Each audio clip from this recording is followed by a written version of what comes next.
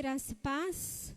Vamos dar início ao nosso culto de louvor e adoração ao Senhor. Nosso primeiro culto do ano de 2024, né? Que possamos realmente continuar juntos, unidos mais um ano na presença do nosso Senhor Jesus Cristo, para juntos louvarmos e adorarmos a esse Deus tão maravilhoso, a esse Deus que reina nas nossas vidas.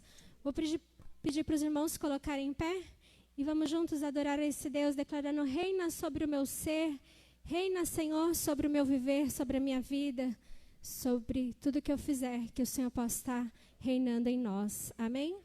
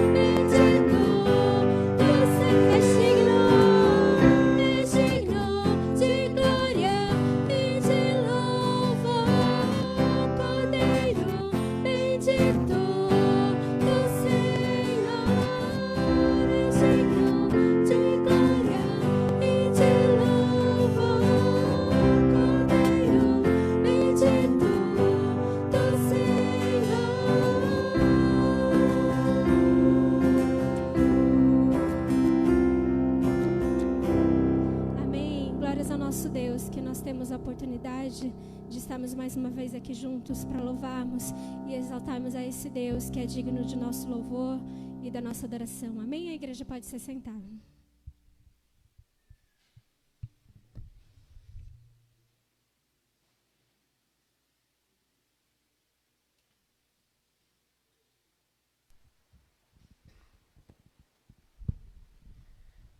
Boa noite, meus irmãos, a graça e a paz, amém? Que bom, toda a honra e toda a glória deve ser dada ao nosso Senhor Jesus. Vamos orar, vamos agradecer ao Senhor esse tempo que nós vamos passar aqui, ter juntos, para adorar o nosso Deus e também, é claro, ouvir aquilo que Ele tem a tratar com o nosso coração aqui nesta noite, através da ministração da Sua palavra. Ó Pai bendito, nós louvamos o Teu nome e te agradecemos, ó Deus, pela Tua fidelidade, pelo Teu amor, pela Tua graça e misericórdia, ó Deus, sobre as nossas vidas. Somos gratos, ó Deus, pelo cuidado que o Senhor tem tido para conosco. Te agradecemos, ó Pai, por mais uma oportunidade e privilégio que aqui nos é concedido de podermos estar reunidos, ó Pai, neste local de adoração para juntos, ó Deus, celebrarmos ao Senhor, ó Deus, como igreja, como corpo, como família, ó Pai, a família de Cristo. Te agradecemos, ó Deus, porque o Senhor, ó Deus, tem manifestado o Teu poder, ó Pai, a Tua graça sobre as nossas vidas a cada dia. Por isso, ó Deus, nós estamos aqui nesta noite para, ó Deus, colocar diante de Ti o nosso coração e dedicar a Ti, ó Deus, o nosso louvor e adoração. Estejamos com os nossos ouvidos atentos e corações abertos. Aquilo, Deus, que o Senhor tem a tratar conosco nesta noite, nos louvores e principalmente através, ó Pai, da Tua palavra. Nesta noite, ó Pai, em que nós também celebramos e relembramos o sacrifício de Cristo ali na cruz, aonde, ó Pai, o Senhor nos concedeu a salvação pela fé em Cristo Jesus. Por isso nós te agradecemos, bendizemos o Teu nome e entregamos esse culto diante do Teu altar, em nome de Jesus. Amém, Senhor Deus. Quero convidá-los a abrirem suas Bíblias no Evangelho de Mateus, capítulo 26. Mateus 26. Vamos ler aqui do verso 26 até o versículo 30.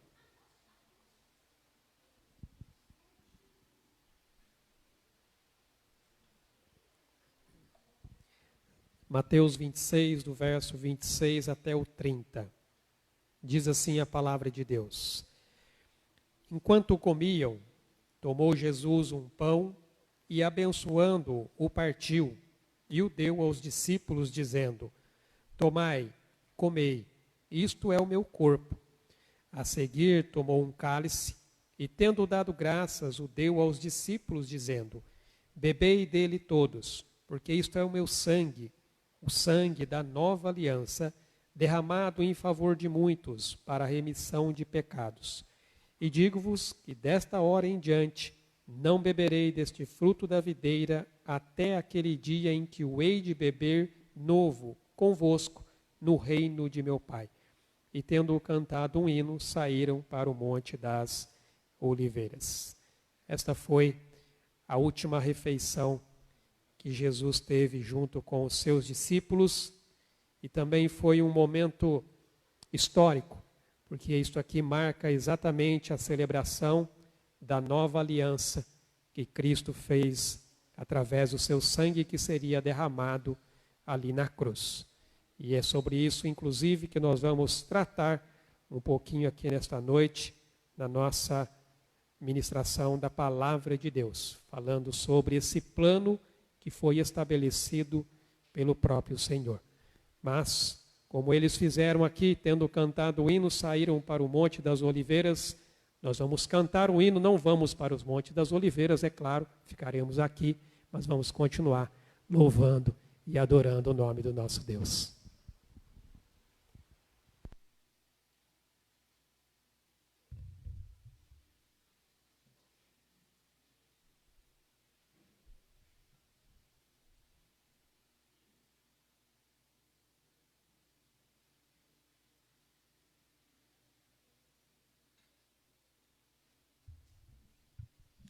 Jesus derramou o seu sangue, né, para nos salvar e nos remir de todos os nossos pecados.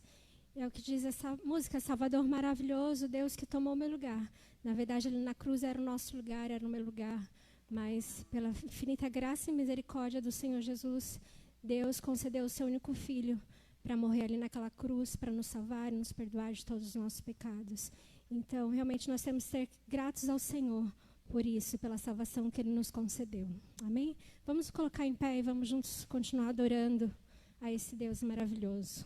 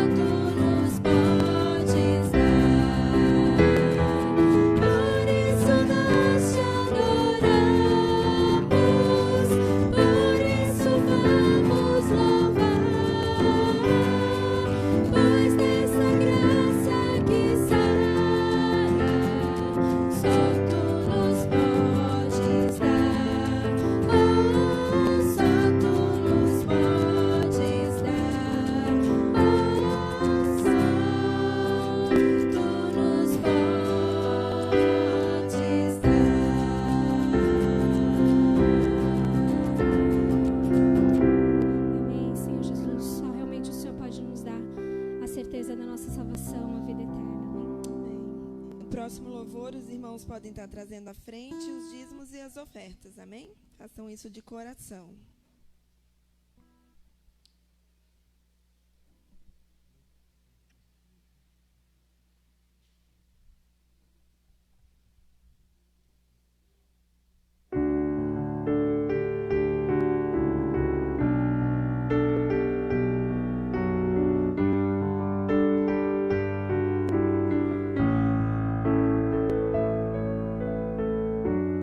Oh Deus, me sonha.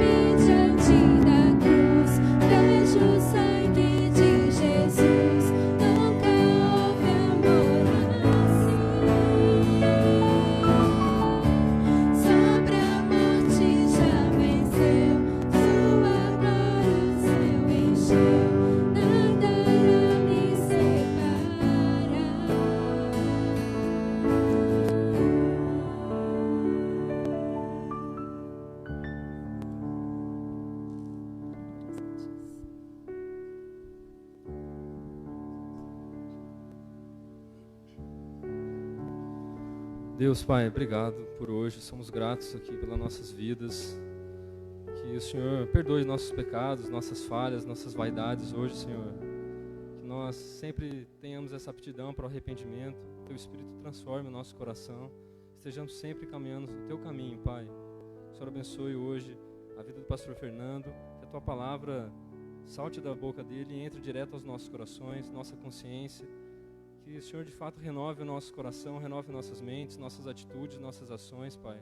Abençoe também nossas professoras, nossas crianças, que a palavra de Deus também chegue ao coração delas e que elas possam crescer sempre em sabedoria na palavra do Senhor, Pai. Essa oração que nós fazemos, em nome de Jesus. Amém. Amém. A igreja pode se sentar. Amém.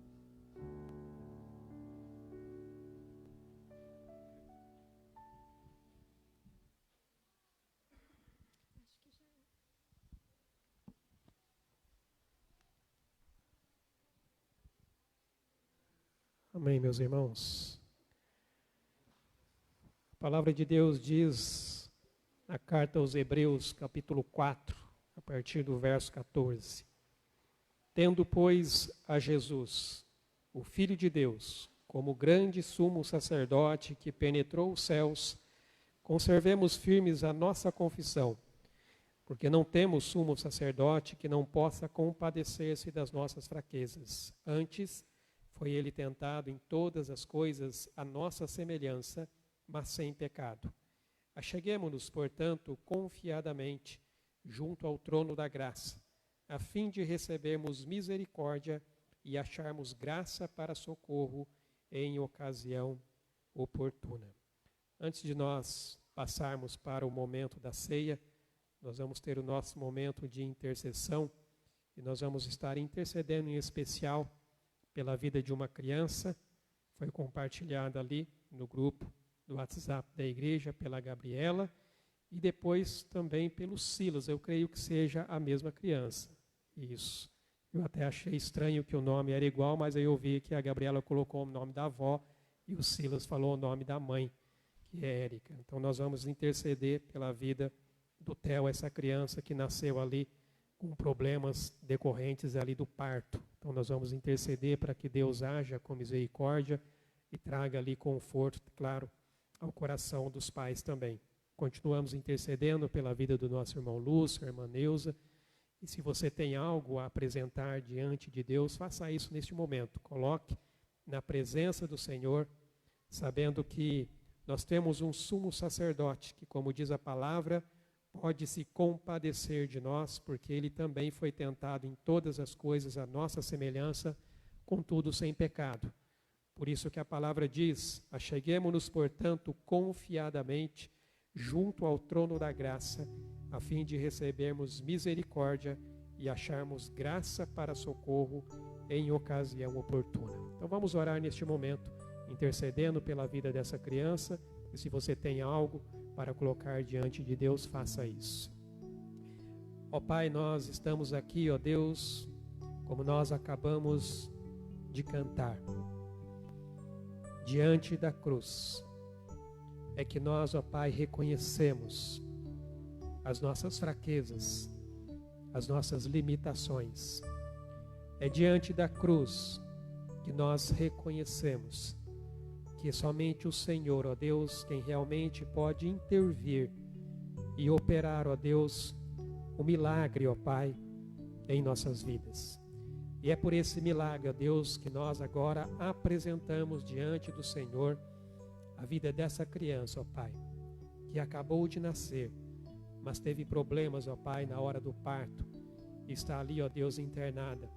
Por isso, ó Deus, nós pedimos que o Senhor, ó Deus, coloque a tua boa mão sobre a vida dessa criança e manifeste ali, ó Deus, em nome de Jesus, o teu poder, ó Pai, restaurando e curando, ó Pai.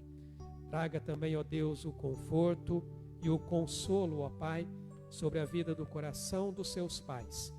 E o teu Espírito Santo, ó Pai, esteja ministrando sobre essas vidas. Tem misericórdia, ó Pai, e entra com a tua providência, ó Deus, para que o teu nome seja exaltado, engrandecido, ó Pai, acima de todas as coisas. Ó Deus, olha pela vida dessa criança, olha pela vida do Theo, ó Deus. uma criança tão pequena e que precisa, ó Pai, desse cuidado especial do Senhor, desse toque especial, ó Deus, da tua mão que cura, que restaura, que liberta, que salva, ó Deus. Derrama ali, ó Pai, a tua misericórdia, ó Pai, em nome de Jesus. Também já te louvamos, ó Deus, pelo nascimento da Lara. Somos gratos ao Senhor, ó Deus, pela chegada dessa criança. Que o Senhor a abençoe a vida da Bruna, do Silas, ó Pai. Que o Senhor continue fortalecendo este lar, também a vida do Bruninho, ó Deus. Também oramos pela vida do nosso irmão Lúcio, pela sua saúde.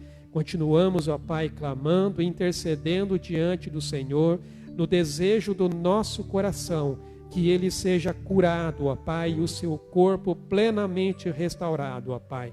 Que o Senhor faça, ó Deus, acontecer a tua vontade, manifeste o teu poder, ó Pai, sobre a sua vida. Abençoe também a vida da irmã Neuza, ó Pai, em nome de Jesus, assim como todos os pedidos que estão agora sendo colocados, ó Deus, diante do teu altar de graça e misericórdia, para que, ó Deus, como nós acabamos de ler na tua palavra, possamos achar, ó Deus, graça e misericórdia em ocasião oportuna. Que o Senhor faça a tua vontade e o teu propósito acontecer. Em nome de Jesus é que nós oramos agradecidos. Amém, Senhor Deus. Amém, meus amados. Antes de nós passarmos pela mensagem, nós vamos ter a nossa ministração da ceia do Senhor, a celebração que fazemos todos os domingos, trazendo à memória o sacrifício de Cristo ali na cruz.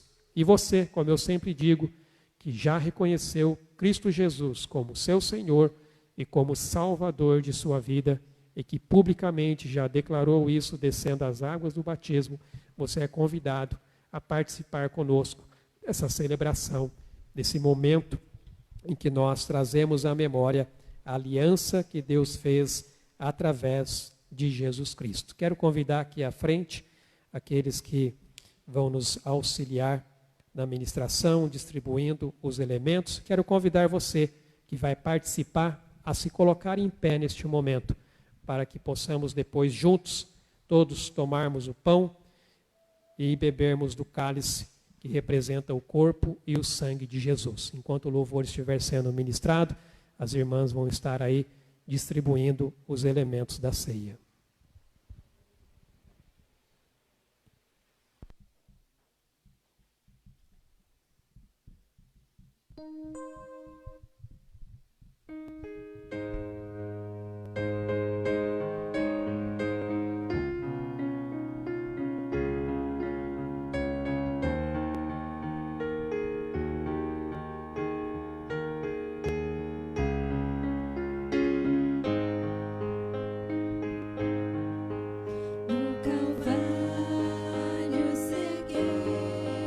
Uma cruz contra o céu, como emblema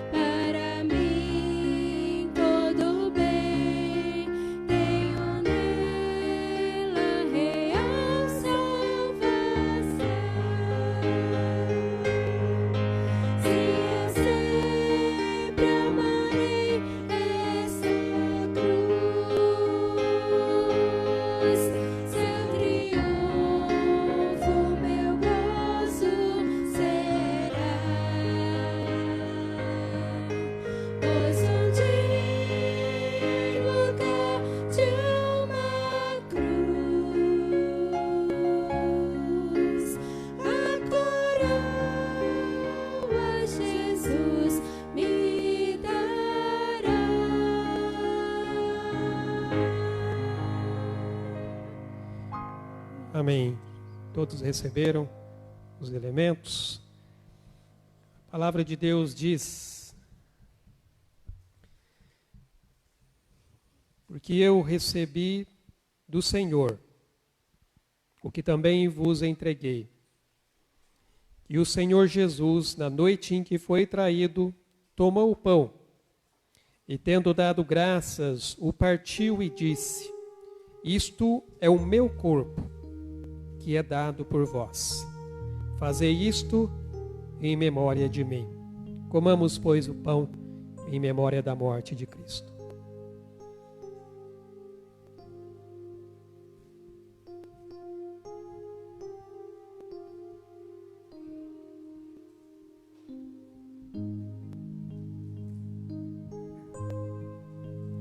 Pai, muito obrigado por tão grande sacrifício que foi feito naquela cruz. O castigo, a Deus, que seria derramado sobre as nossas vidas, a ira do Senhor, foi colocada toda sobre o seu Filho. Ele, ó Deus, que assumiu o nosso lugar, para que hoje nós pudéssemos, ó Pai, desfrutar da Tua presença e do perdão dos nossos pecados. Por semelhante modo, depois de haver ceado, tomou também o cálice, dizendo: este cálice é a nova aliança no meu sangue. Fazei isso todas as vezes que o beberdes, em memória de mim. Porque todas as vezes que comerdes este pão e beberdes o cálice, anunciais a morte do Senhor até que ele venha. Bebamos, pois, o cálice.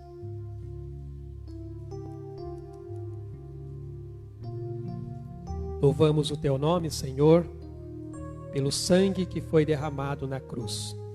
O sangue que nos purifica de todo o pecado. Que tirou a Deus a culpa que existia para todo aquele que crê e reconhece que Cristo Jesus é o Senhor e o Salvador de sua vida. Por isso nós te bendizemos, nós te louvamos, em nome de Jesus. Amém, Senhor Deus. Os irmãos podem se assentar.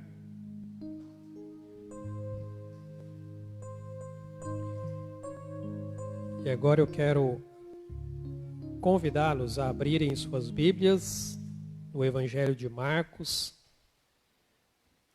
capítulo 14. Retomando aqui a nossa série de mensagens neste Evangelho. E hoje eu quero falar sobre o plano estabelecido por Deus. Marcos, capítulo 14, apenas os dois primeiros versos, verso 1 e verso 2, que diz assim: dali a 2 dias era a Páscoa e a festa dos pães asmos. E os principais sacerdotes e os escribas procuravam como o prenderiam à traição e o matariam, pois diziam: não durante a festa, para que não haja tumulto entre o povo. Amados irmãos e irmãs, a Páscoa, ela é uma comemoração especial no calendário judaico-cristão. E ela está intimamente ligada àquilo que aconteceu ao povo de Israel lá no Êxodo e passou também a marcar a morte e a ressurreição de Jesus. A Páscoa, na verdade, ela era para os antigos judeus, e como ainda o é para os judeus ainda hoje, uma refeição que comemora anualmente esse momento de definição na história do povo de Israel. Quando nós vamos para o livro de Êxodo, capítulo 12, onde então se dá a instituição da Páscoa, a palavra de Deus diz aqui no versículo 1 e 2: disse o Senhor a Moisés e a Arão, na terra do Egito: este mês vos será o principal dos meses, será o primeiro mês do ano. falai a toda a congregação de Israel, dizendo, ao 10 deste mês, cada um tomará para si um cordeiro, segundo a casa dos pais, um cordeiro para cada família. E lá no verso 14 diz assim, este dia vos será por memorial, e o celebrareis como solenidade ao Senhor nas vossas gerações, e o celebrareis por estatuto perpétuo. Então esse acontecimento marca a história do povo de Israel. E, irmãos, mais de 1 milênio antes do tempo de Jesus, nós sabemos que os israelitas eles haviam sido ali escravizados por um faraó, presos ali às cadeias de uma miserável escravidão. E depois, então, de mandar várias pragas sobre o Egito, para que faraó aliviasse ali a sua garra opressora sobre o povo de Israel, uma certa noite, Deus envia então a praga definitiva, a 10ª praga final e definitiva, onde ele desembainhou ali a espada da justiça divina e matou ali então a todos os primogênitos nas casas que não estavam marcadas com o sangue do cordeiro nas vergas e nos umbrais das portas. Lembre-se que a instituição da Páscoa foi orientada ao povo de Israel que se matasse um cordeiro e que o sangue fosse passado nos umbrais e nas vergas da porta, para que o anjo ali da morte, ao passar e ver aquele sangue, ele não entraria dentro daquela casa, dentro daquele lar. Então, irmãos, em cada casa que havia no Egito, fosse de judeu ou de egípcio que não estivesse marcada, alguém haveria de morrer sob a ira da justiça divina. Às vezes nós pensamos, Deus só matou os egípcios. Não, se judeus que não crescem e não marcassem, os filhos deles também morreriam. E a única maneira de escapar seria então colocando ali a sua fé na provisão sacrificial de Deus. Ou seja, um cordeiro que deveria ser sacrificado e o sangue então passado na verga e nos umbrais da porta da casa como um sinal de fé em Deus. Então, irmãos e irmãs, naquela noite haveria em cada casa uma pessoa morta ou um cordeiro morto. Quando viesse ali a justiça de Deus, ela recairia sobre as casas. A menos, é claro, que elas estivessem sobre a proteção de um substituto, ou seja, sobre o sangue do cordeiro. Aqueles que tivessem aceitado essa proteção do sangue do cordeiro, a morte daria livre passagem e eles então estariam salvos. Por isso que a origem da palavra Páscoa vem daí. Páscoa quer dizer a passagem, o livramento de Deus para o povo. As pessoas foram salvas ali unicamente com base na fé em um sacrifício substitutivo. Ou seja, o animal foi morto para que o primogênito daquela família fosse preservado. Nós sabemos que a Páscoa começava com a morte do cordeiro, que deveria ser sem mácula e sem defeito, ou seja, trazendo na simbologia espiritual, sem pecado. Deveria ser um cordeiro sem mancha e sem mácula. E segundo o historiador Flávio Joséfo, era costume matar o cordeiro, irmãos, por volta das 3 horas da tarde. E aqui vai um fato interessante. 3 horas da tarde é a mesma hora em que Jesus morreu na cruz. Na mesma hora em que Jesus estava morrendo na cruz, era a hora em que o cordeiro era sacrificado. Então a morte, a ressurreição de Jesus Cristo sempre foi o ponto focal do cristianismo. Sempre foi a chave para a salvação, o coração do evangelho. O apóstolo Paulo, quando ele escreve a sua carta aos Coríntios, ele diz ali, antes de tudo, vos entreguei o que também recebi, que Cristo morreu pelos nossos pecados, segundo as Escrituras, e que foi sepultado e ressuscitou ao terceiro dia, segundo as Escrituras. Então, a morte e a ressurreição de Cristo é o centro da mensagem do Evangelho. A cruz, na verdade, ela representa o ápice da história da redenção. Ela é a ratificação dessa nova aliança, a expiação final para o pecado. É o resumo da misericórdia divina. É o objeto necessário da fé salvadora. É a única esperança de vida eterna.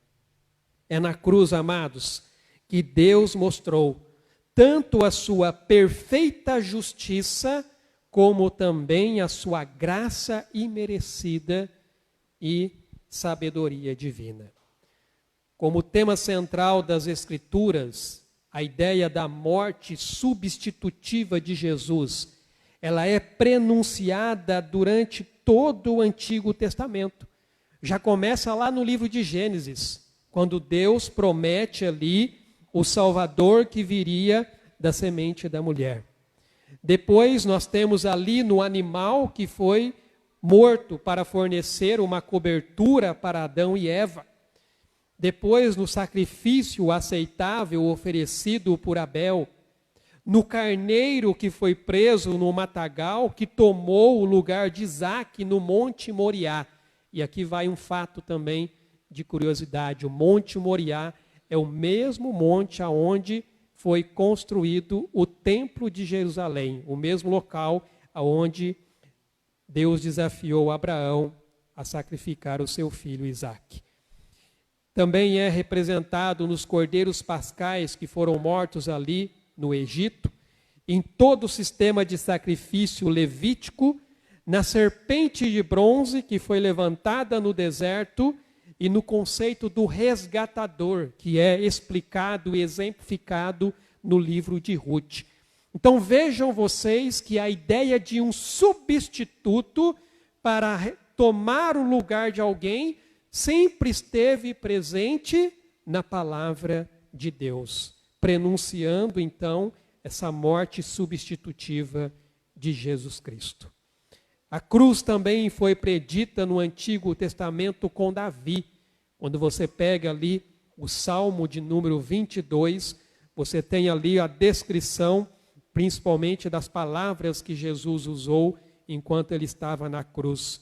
Você tem o profeta Isaías fazendo a descrição no capítulo 53.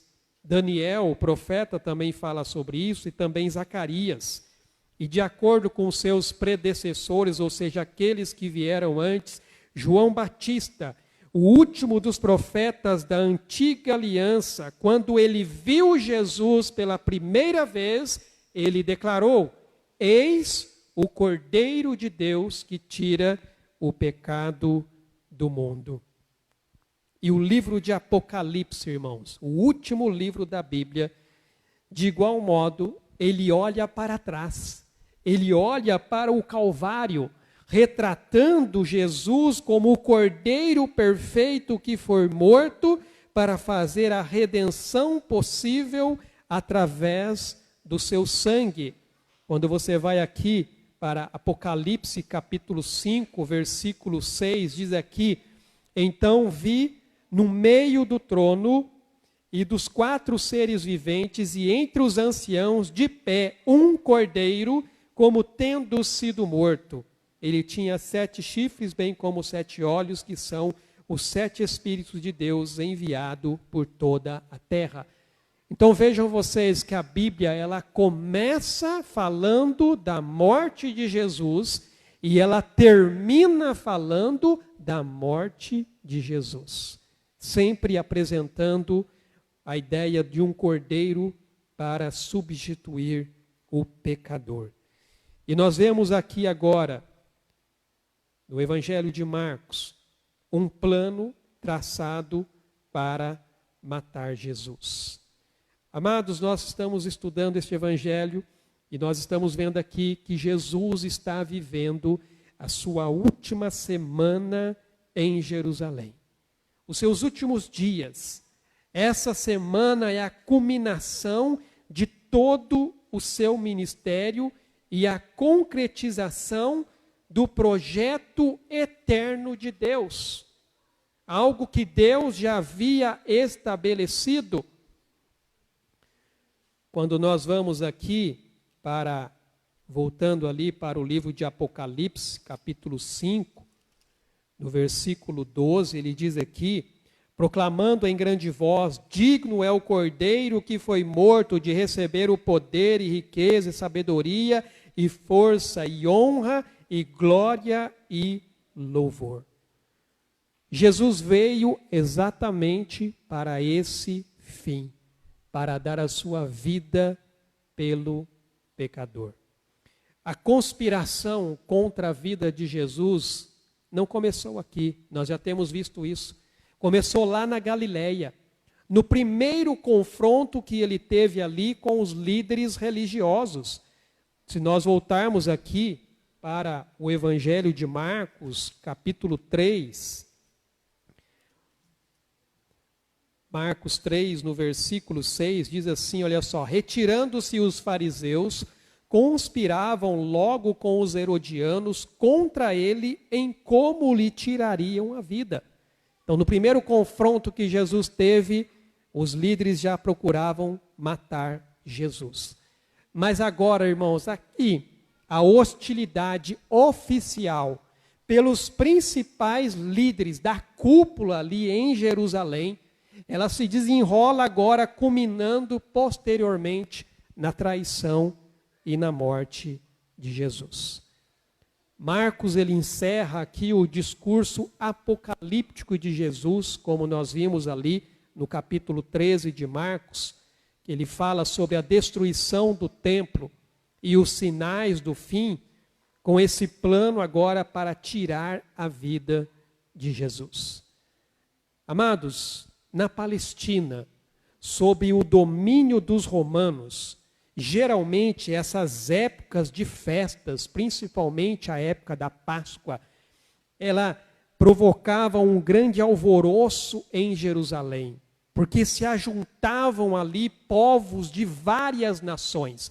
Então você imagina aquele apunhado de gente ali, aquele monte de gente ali numa cidade.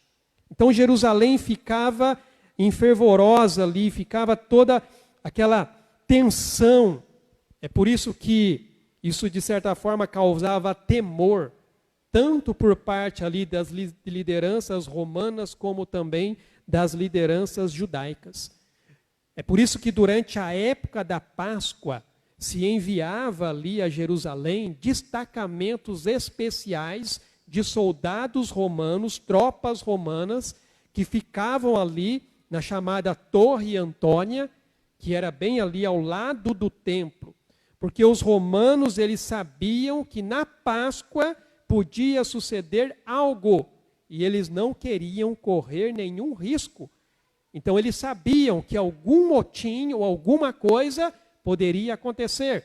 Então vamos reforçar o policiamento, não é assim que geralmente acontece hoje em dia, nas épocas de Natal.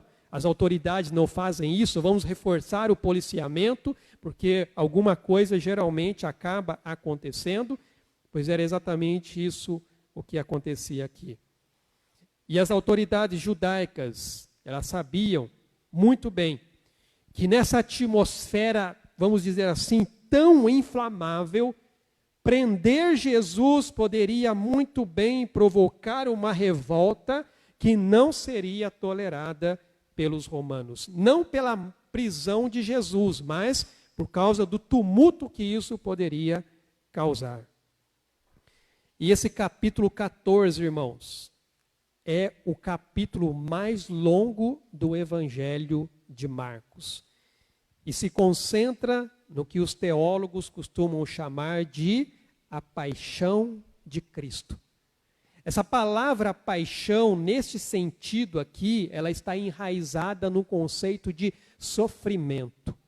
Porque quando nós dizemos que temos paixão por alguma coisa, geralmente nós não queremos dizer algo que nos traz sofrimento, muito pelo contrário. é algo que nos alegra, é algo que nos motiva. Mas nesse sentido aqui não. Nesse sentido, a palavra paixão traz a ideia de sofrimento. Algo sobre o qual tem-se fortes sentimentos. E os sofrimentos de Jesus, ou seja, a sua paixão, provocaria na sua alma e no seu corpo intensos sentimentos de agonia. O próprio evangelista Marcos vai dizer isso. Acho que é no outro. Ele diz ali, e levando consigo a Pedro, Tiago e João, começou a sentir-se tomado de pavor e de angústia. E lhes disse: a minha alma está profundamente triste até a morte. Ficai aqui e vigiai. O evangelista Lucas, ele ainda vai um pouco mais longe. Ele diz que naquele momento em que Jesus está no jardim do Getsêmani, em oração diante do Pai, ele vai falar que Jesus suava gotas de sangue. Tamanha era a tensão que ele estava sofrendo neste momento. Esse era o plano que havia se estabelecido para tirar a vida de Jesus, conforme nós lemos aqui no versículo 1 do capítulo 14. Dali a 2 dias era a Páscoa e a festa dos pães asmos, e os principais sacerdotes e os escribas procuravam como o prenderiam à traição e o matariam. Mas agora preste atenção no versículo 2. Diziam, não durante a festa, para que não haja tumulto entre o povo de Deus. O que nós vemos aqui agora, irmãos, é o desígnio de Deus para a morte do Cordeiro. Os líderes religiosos queriam aguardar até que o povo tivesse voltado para suas casas. Então, quando fosse mais seguro, ou seja, não houvesse nenhuma possibilidade de uma revolta da multidão, eles então matariam Jesus. Ou seja, fariam isso de acordo com a sua própria conveniência. Este era o plano deles. Porém, as coisas não aconteceram conforme eles haviam planejado. Irmãos e irmãs, é somente quando nós temos esse pano de fundo do decreto divino que o sentido da morte de Cristo na Páscoa se torna mais claro. É somente quando você entende que a morte de Jesus já era algo decretado por Deus, é que você vai entender por que ele tinha que morrer exatamente na Páscoa. Porque os religiosos, seus conspiradores, diziam não durante as festas. Porém, segundo o decreto divino, na festa ele vai morrer. Os decretos estabelecidos por Deus sempre prevalecem sobre a vontade humana. Jó reconheceu isso. Lá no final, depois de passar por todo aquele sofrimento, ele vai dizer: bem sei que tudo podes e nenhum dos teus planos pode ser frustrado. Eu falei sobre isso na primeira mensagem que eu trouxe aqui, aliás, na mensagem de Ano Novo, falando sobre os nossos planos e os planos de Deus. Deus já tem estabelecido a sua vontade e os seus decretos. E veja só algumas coisas que mostram que os decretos estabelecidos por Deus sempre prevalecem sobre a vontade humana. Por exemplo, com a queda, Satanás parecia ter obtido vitória em destruir a criação de Deus. Porém, o Senhor já havia decretado como tudo seria restaurado. Saul intentou matar a Davi, o rei escolhido por Deus. Mas o decreto de Deus em relação a Davi, com quem as promessas messiânicas estariam ligadas, era diferente. Então Deus não permitiu que isso acontecesse. As forças inimigas que se levantaram contra o reino de Judá para os destruir na época do rei Acás. Porém, o Senhor trouxe a promessa de um verdadeiro triunfo, uma promessa que era para a época dele, que viria futuramente a se cumprir na pessoa de Jesus. Nós vemos ali, a pedido de Amã, uma ordem que foi dada para a destruição de todos os judeus.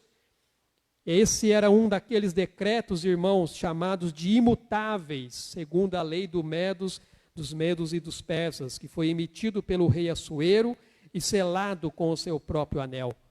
Porém, a promessa do Senhor, de acordo com a qual o Messias nasceria dos judeus, havia sido selada com o juramento do anel dos reis. Herodes havia decidido matar o recém-nascido rei dos judeus. Ele determinou que todos os bebês do sexo masculino da cidade de Belém e também dos seus arredores que tivessem ali de 2 anos para baixo fossem mortos. Porém, a criança santa, que era Jesus, ela já estava em segurança com destino ao Egito. E por fim, irmãos, lá na cruz, onde parece que Satanás finalmente triunfaria, porém, a cruz significaria a destruição do diabo e das suas obras. Então vejam vocês que nada pode frustrar os planos de Deus. Muitos tentaram, mas não conseguiram. Eu quero ler aqui um salmo que nos mostra que o nosso Deus é aquele que está no controle de todas as coisas. Salmo de número 33, no versículo 10 e 11, diz assim: O Senhor frustra os desígnios das nações e anula os intentos dos povos. O conselho do Senhor dura para sempre, os desígnios do seu coração por todas as gerações. Amados irmãos, esse é o fundamento sobre o qual os filhos de Deus edificam a sua esperança para a eternidade, que é a fidelidade do Senhor em cumprir com a sua palavra. E nada pode frustrar o que Ele determinou segundo o seu propósito. Os planos de Deus não podem ser frustrados. Os planos de Deus não podem ser mudados. Conforme nós lemos aqui, Ele frustra os desígnios das nações e anula os intentos dos povos. É por isso que eu sempre coloco isso para mim e também procuro transmitir. Deus está no controle de tudo. Por que andamos ansiosos? Por que andamos preocupados? Se Deus está no controle de tudo. Deus está assentado no trono, governando, soberano, segundo o seu propósito, segundo a sua vontade. Mesmo que nós não entendamos durante o processo que estejamos passando, mas nós temos que continuar confiando e descansando nele, sabendo que é a vontade dele que vai prevalecer acima de todas as coisas. E muitas vezes nós nos esquecemos disso. E isso gera preocupação no nosso coração.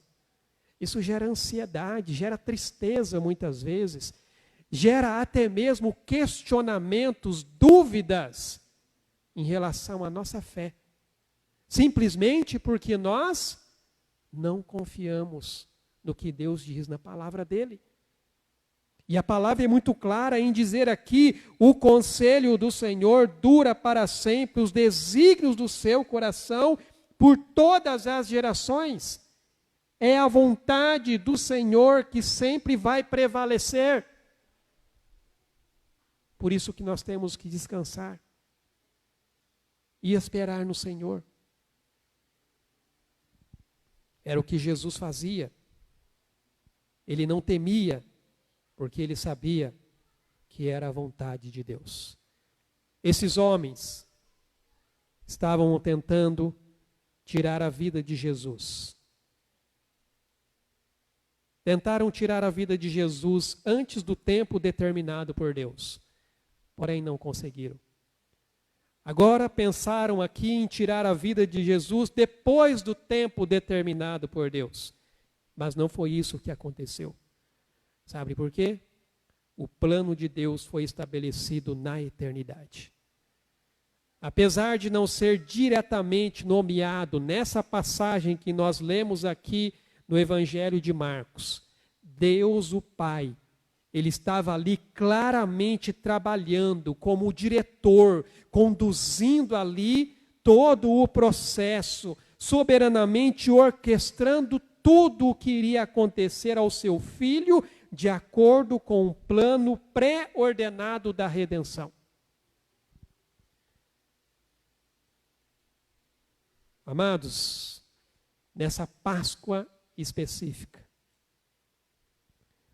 no mesmo ano em que o profeta havia predito, no mesmo dia e ao mesmo tempo em que os cordeiros pascais estavam sendo mortos no templo, Deus Pai havia proposto que o imaculado Cordeiro de Deus é que seria morto. Paulo, escrevendo a carta aos Gálatas, ele diz ali: vindo, porém, a plenitude do tempo, ou seja, o tempo de Deus, o tempo exato, o tempo certo do Senhor, Deus enviou o seu Filho nascido de mulher, nascido sob a lei, para resgatar os que estavam sob a lei, a fim de que recebêssemos a adoção de filhos. Deus já havia determinado como tudo iria acontecer. Apesar dos principais sacerdotes e escribas terem decidido não matá-lo durante a festa, mas a divina providência prevaleceria sobre eles. Porque o Cordeiro Pascal de Deus seria morto precisamente na época que Deus havia determinado. E Jesus sabia que, de acordo com o plano perfeito do Pai, tinha chegado o momento para ele morrer. O evangelista Marcos não entra nesse detalhe. Porém, quando nós vamos para o Evangelho de Mateus, Mateus capítulo 26, diz aqui: tendo Jesus acabado todos esses ensinamentos, disse a seus discípulos: sabeis que daqui a 2 dias celebrar-se-á a Páscoa, e o Filho do Homem será entregue para ser crucificado. Então os principais sacerdotes e os anciãos do povo se reunirão no palácio do sumo sacerdote, chamado Caifás, e deliberarão prender Jesus à traição e matá-lo. Veja que o próprio Jesus diz: daqui a 2 dias eu vou morrer. Daqui a 2 dias eu vou ser preso. Daqui a 2 dias eu serei crucificado. Porque Jesus sabia que, de acordo com o plano perfeito do Pai, havia chegado a hora dele morrer. Ele já inclusive havia falado da sua morte em ocasiões anteriores, demonstrando assim que ao longo de todo o seu ministério, ele estava operando de acordo com um calendário sobrenaturalmente ordenado e controlado, a fim de cumprir ali com o seu propósito, que era dar a sua vida em resgate de muitos. Ao longo dos 3 anos do seu ministério, os adversários de Jesus tinham repetidamente tentado tirar a sua vida. Mas estas tentativas não tiveram sucesso, porque não se encaixava dentro do propósito de Deus. Não era o tempo de Deus. Jesus sempre trabalhou em plena submissão aos planos do Pai. Por várias vezes ele disse: eu não vim para fazer a minha vontade, eu vim para fazer a vontade de Deus. Eu vim para cumprir com o propósito para o qual o Pai me enviou. E ele não daria a sua vida até que o momento apropriado houvesse chegado. Houve um momento onde Jesus ele estava dentro de uma sinagoga, e ali ele faz uma leitura, e ali ele é questionado, e ali muitas pessoas então começam a falar contra ele ao ponto de levá-lo para um monte a fim de o atirarem de um precipício para matá-lo, porque na cabeça deles ele havia cometido uma blasfêmia. Mas sabe o que aconteceu? Jesus simplesmente saiu caminhando no meio da multidão. Sabe por quê? Não era a hora. Não era o momento. Ninguém colocaria as mãos no Filho de Deus até o momento em que Deus havia determinado para que isso acontecesse. Todas as tentativas não tiveram sucesso, porque não se encaixavam no projeto do Pai. O plano redentor do Pai era que o Filho morresse em um momento preciso, numa data específica e, como nós vimos aqui, até numa hora determinada. Amados, assim Jesus podia dizer aos seus discípulos na noite antes da sua morte: o Filho do Homem vai, como foi determinado. E 2 meses depois que Jesus já havia sido morto e depois havia ressuscitado, Pedro vai repetir essas palavras no dia de Pentecostes, quando ele prega à multidão e ele diz ali que Jesus foi entregue pelo plano predeterminado e segundo a presciência de Deus. Ou seja, no tempo exato pelo Senhor. Inclusive, Pedro, escrevendo a sua carta, 1 Pedro, capítulo 1, no versículo 19, ele diz aqui, 18 em diante: sabendo que não foi mediante coisas corruptíveis, como prata ou ouro, que fostes resgatados do vosso fútil procedimento que vossos pais vos legaram, mas pelo precioso sangue, como de cordeiro, sem defeito e sem mácula, o sangue de Cristo, conhecido com efeito antes da fundação do mundo, porém manifestado no fim dos tempos por amor de vós. O Cordeiro que foi conhecido antes da fundação do mundo. De um ponto de vista humano, a crucificação, ela representa a maior injustiça já cometida pela humanidade. Porque, amados, Jesus era perfeitamente inocente em todos os aspectos. Não havia nenhuma culpa sobre ele. Jesus, ele foi ali falsamente acusado, injustamente condenado num grau infinitamente maior do que qualquer outra pessoa na história.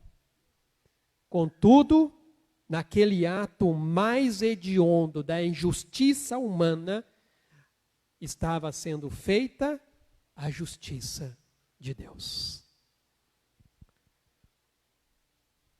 O ato mais mau, jamais perpetrado por homens pecadores, era ao mesmo tempo um ato amoroso realizado por um Deus Santo. O mesmo ato de justiça se torna um ato de amor. Porque Jesus, o Filho de Deus, seria punido por pecados que ele não cometeu, para que pecadores pudessem ser revestidos com uma justiça que eles nunca poderiam ganhar. Irmãos, nós só somos justificados por causa de Cristo, porque se não fosse isso, todos nós estaríamos condenados à morte eterna. O inocente pagando o preço pelos pecadores. E é isso o que Paulo diz ali.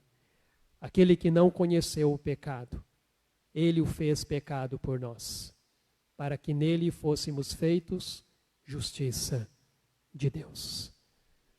Amados, nós não temos ideia do tamanho sofrimento que Jesus enfrentou. Porque muito pior do que enfrentar a cruz, muito pior do que enfrentar os flagelos, foi enfrentar a ira de Deus. Porque foi exatamente isso o que foi derramado sobre ele naquele momento da crucificação. A ira de Deus foi colocada sobre Jesus. Eu estava preparando essa mensagem e aí me veio à mente o filme A Paixão de Cristo. Um filme que representa muito bem o que aconteceu com Jesus. Se você quer ter ideia, irmãos, do que realmente Jesus sofreu, assista esse filme. Mas você tem que ter coração para poder assistir, porque você não aguenta ver tanta dor e sofrimento. A primeira vez que eu assisti no cinema, eu me derramei em lágrimas. Só de ver o soldado flagelando Jesus, arrancando pedaços da sua carne. Só de ver os soldados cuspindo em Jesus, espancando Jesus, cravando aquela coroa de espinhos sobre a sua cabeça. Só de ver aquele momento que ele está ali, sendo pregado na cruz, os pregos atravessando as suas mãos e os seus pés. Nós não temos ideia, irmãos, do que Jesus passou. E não era o sofrimento ali, o pior sofrimento que Jesus enfrentou foi a ira de Deus. Receber sobre a sua vida algo que ele não merecia, mas que era direcionado para nós.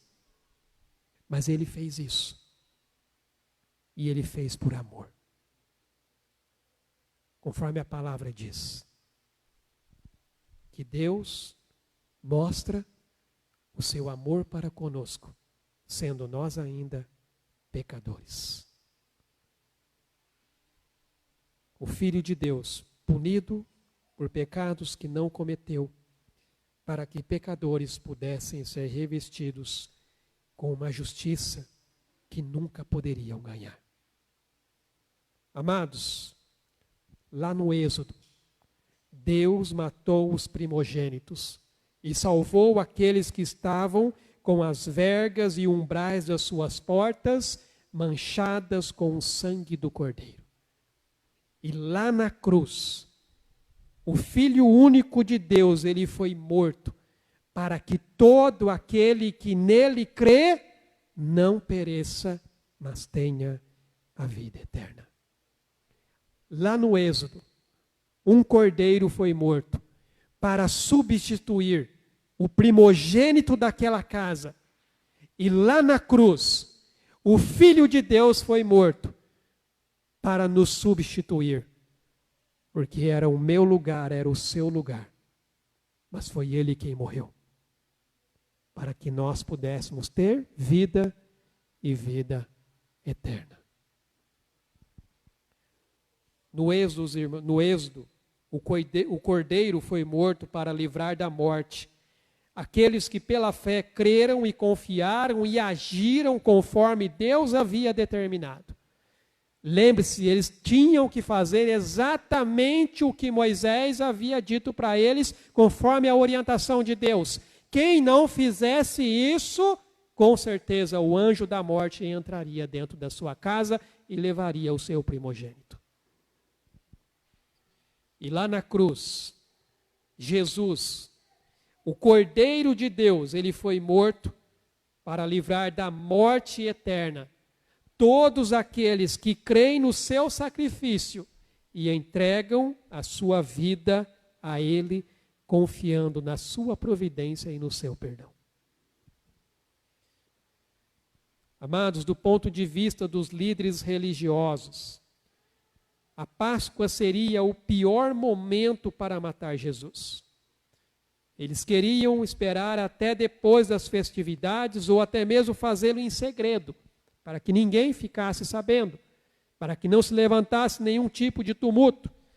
Porém, os seus esquemas malignos não puderam adiar o que Deus, o Pai, tinha projetado providencialmente, segundo o seu propósito eterno, de levar e revelar ao mundo inteiro a sua justiça, demonstrando o seu amor por nós, pecadores.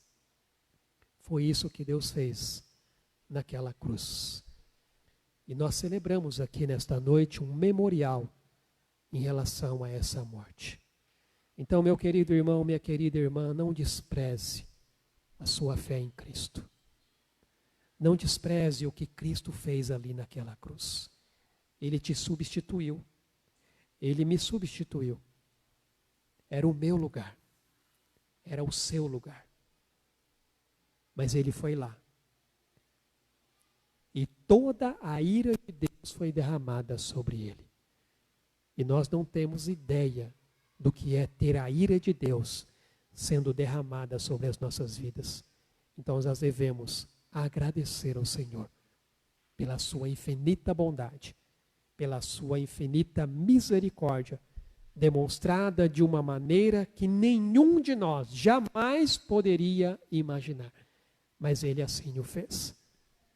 E se você tem a sua fé em Cristo, então permaneça nisso. Fique firme. E procure viver uma vida de santidade na presença do Senhor. Mas para aqueles que ainda não têm, reconheça o sacrifício que Jesus fez. Porque ele te substituiu. E ele fez isso para que você, ao crer no sacrifício dele, você possa ter vida e vida abundante. Na presença de Deus, tendo os seus pecados perdoados e o seu coração purificado de toda injustiça. Vamos orar? Pai, nós te bendizemos, Senhor, e te agradecemos por este sacrifício que foi feito naquela cruz. O plano que foi estabelecido e ordenado pelo Senhor. Desde o princípio, foi assim que o Senhor, ó Deus, fez. E naquela cruz, o teu Filho assumiu o nosso lugar, levando sobre si todas as nossas dores e enfermidades. O castigo que nos traz a paz estava sobre ele. Pelas suas pisaduras nós fomos sarados. E hoje, a todos aqueles que creem, ó Deus, neste sacrifício, que confiaram na providência do Senhor, assim, ó Deus, como muitos na época do Egito confiaram, mataram o cordeiro, passaram o sangue nos umbrais e nas vergas das portas, para que ao passar o anjo da morte, ele não entrasse dentro daquele lar e levasse o seu primogênito. E depois, lá naquela cruz, o Senhor sacrifica o seu único filho, para que nós pudéssemos também, ó Deus, através da nossa fé em Cristo, sermos justificados dos nossos pecados, para que possamos ter paz com o Senhor e desfrutarmos, ó Deus, do teu amor, da tua misericórdia sendo renovada e derramada sobre nossas vidas a cada dia. E podermos, ó Pai, descansar, sabendo, ó Deus, que o Senhor é um Deus misericordioso e bondoso. Toda a ira que nos era destinada recaiu sobre Cristo, naquele momento em que Ele estava ali, carregando os nossos pecados. Por isso nós te louvamos e te bendizemos. No nome santo de Jesus. Amém, Senhor Deus. Amém, meus amados, que realmente possamos valorizar esse sacrifício de Cristo Jesus, o qual hoje nós celebramos aqui nesta noite, através do símbolo do pão e do vinho, para que realmente possamos andar a cada dia na presença do Senhor. Amém? Vamos nos colocar de pé. Eu não tenho nenhum aviso para passar, por enquanto. Vamos orar. Eu quero agradecer aqueles que estiveram aí nos visitando nesta noite. Muito obrigado pela presença de vocês. São muito bem-vindos aqui, que possam voltar mais vezes.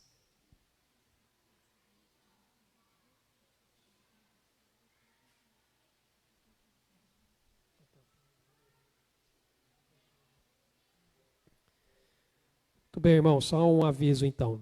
Durante esse mês de janeiro, os irmãos perceberam que as crianças permaneceram conosco. A gente não está tendo a classe das crianças, então elas permanecem.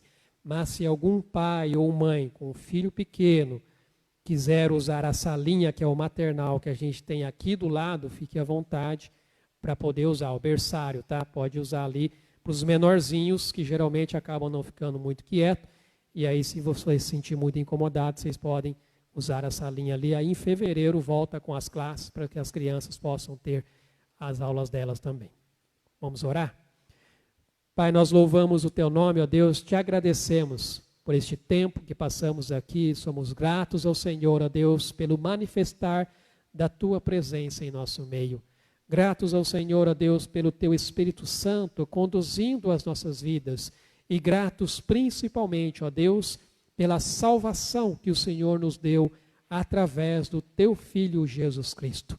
O Senhor, ó Deus, que estabeleceu o Teu plano e que tem cumprido com os Teus propósitos, ó Pai, que nós possamos, ó Deus, descansar, sabendo que o Senhor está assentado, ó Deus, e no controle de todas as coisas, que, ó Pai, tudo acontece segundo o Teu querer e segundo a Tua vontade. Que possamos ter, ó Deus, uma semana abençoada na presença do Senhor, sendo conduzidos e direcionados pelo Teu Espírito Santo, com sabedoria e com discernimento, ó Pai, nas decisões que nós temos de tomar no nosso dia a dia, para que o Teu nome seja exaltado e glorificado. E que a graça de Deus, o nosso Pai, e o amor de Jesus, o Filho, e as ricas consolações, e a comunhão do Teu Espírito Santo, seja com o Teu povo que se reúne neste local e em toda a face da terra, até aquele grande dia, o dia em que nós estaremos para sempre com o Senhor. Em nome de Jesus. Amém, Senhor Deus. Deus abençoe, amados. Tenham uma semana na presença do Senhor.